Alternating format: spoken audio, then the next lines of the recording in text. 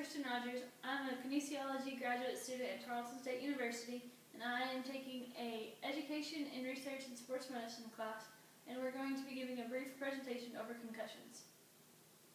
Concussions is a very big deal to me because I was recently in a car accident, and I have a concussion from it because I had a blow to the frontal region of my head, which caused me to have 16 stitches in my forehead and a concussion with a lot of symptoms to go along with it.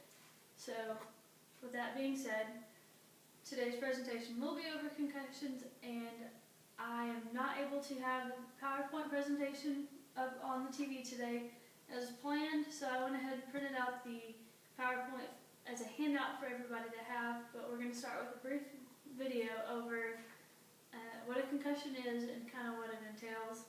So we're going to start with this, and then we'll get started with the presentation. A concussion is a type of traumatic brain injury, or TBI, caused by a bump, blow, or jolt to the head, or by a hit to the body that causes your head and brain to move rapidly back and forth. This sudden movement can literally cause the brain to bounce around or twist in the skull, stretching and damaging the brain cells and creating chemical changes in the brain. What you might not know is that these chemical changes make the brain more sensitive to any increased stress or injury until it fully recovers. Okay, so as it was saying, a concussion is a mild traumatic brain injury that is sustained from something causing the brain to bounce off of the side of your skull, or anything causing vibration to cause basically a bruise on your brain. So there are multiple causes of concussions, and the most prominent one is sports injuries, especially contact sports, so football, rugby, any head-to-head contact. And since we're in Stephenville, being the cowboy capital of the world, many people think of rodeo and the rough stock events. Other sports include baseball, softball, ice skating. Again, anything that causes a jolt to the brain that would make it react to and bounce off of the skull. Other non-sport injuries that would lead to a concussion are car accidents, like I mentioned before, with me being in a car accident, and falls. So, after I was in a car accident, the next step was go to the hospital, get stitched up, and I was released from the hospital, and I had persisting headaches, nausea, dizziness, other symptoms. I was feeling foggy, I had a lack of coordination, I had absolutely no balance. I was having a lot of trouble concentrating, formulating sentences, and that's just a few symptoms to name. There are multiple symptoms that come with a concussion: vomiting, heightened emotions. I, for one, was extremely emotional after going through a traumatic event such as a car accident on top of a mild TBI. So my next step was to go to the doctor, and I went and saw Dr. Doggett, and I have a doctor's note from him kind of explaining some of the tests that we did. We did a complete neurological examination, which obviously came back abnormal. I kind of did a gaze stability test and kind of a follow my finger type test, and what it was showing is that I had lateral gaze loss that was pretty significant, and I was extremely sensitive to light and sound, and I had no coordination whatsoever. So just a few signs and symptoms from my concussion personally, and many others that have occurred. And like I said, I went to the hospital and then went to the doctor later, but as a Tarleton athlete or a Stephenville High School athlete, they have the ability to have a baseline test done, which is done at the beginning of every semester, every school year. So if there is a concussion that has occurred during the season, they are able to kind of have something to go off of as to what we need to get them back to before we let them back on the field or court or whatever the event is that may be.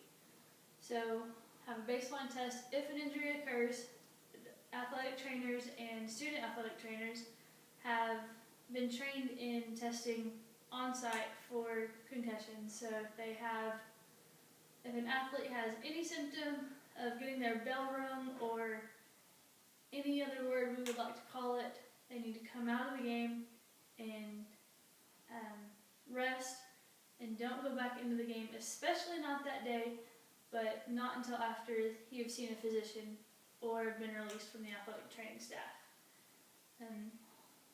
After that, testing should be done periodically, so it's usually predetermined by a physician until your symptoms subside. I know the Stephenville High School athletic trainer, Mr. Mike Carroll, he prefers every 3 to 5 days until there are no more symptoms. If you have one symptom, you can be diagnosed with concussion. If it's persisting, then you need to rest until it is completely minimal or has subsided altogether. When it comes to concussions, women are actually more susceptible to concussions because they have weaker necks and trapezius muscles that are not there to stabilize their neck and head like a man's neck would stabilize his. So if a man and a woman were in the same car accident, traumatic injury, anything that would lead to a concussion, a woman is more likely to have a more severe concussion because, like I said, she does not have that stability in her neck. The main treatment for a concussion is rest. And in today's society, we want a quick fix, but there's truly no quick fix. All you can do is rest.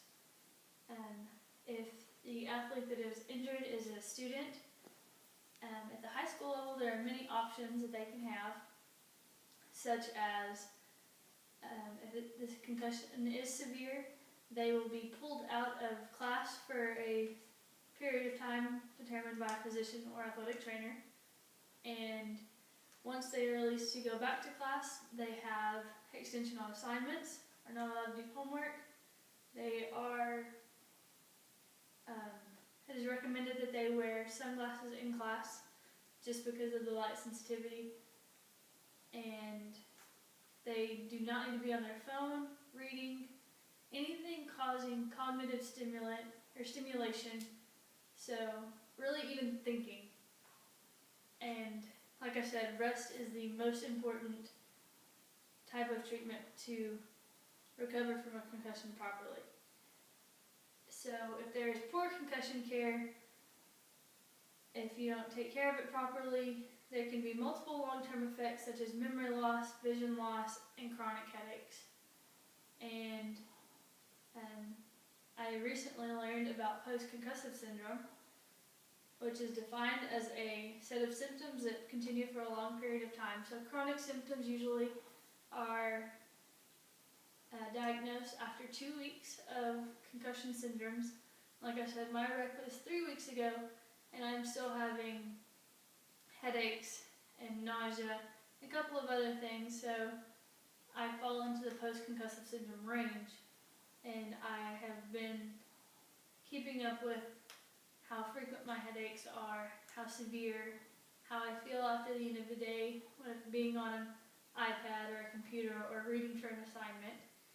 So it's not something that should be taken lightly. Again, it is a mild traumatic brain injury, and it is extremely serious. An athlete should not be released until all of the symptoms have decreased to a minimal level or have completely subsided. There are multiple tests that can be done, like I said, neurological test, field test. I know the high school level and Dr. Doggett both prefer the impact test, which is a neurocognitive test that is done on a computer. And that way, it's easier to track. So, in conclusion, if you have a concussion, you need to make sure the physician, athletic trainer, your parents, coaches, teachers, anyone that you interact with on a daily basis know what is going on. If your symptoms are persistent and chronic, A good idea is to have a CT scan and other physician opinions and observations just to make sure that there's nothing more serious, such as a brain bleed or anything that would cause severe damage.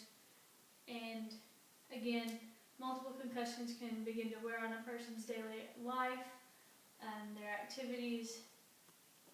Obviously, one of the long-term effects would be cognitive function. So it's really something to be taken extremely seriously. So if you have any questions, feel free to ask, and thank you for taking the time to view this video.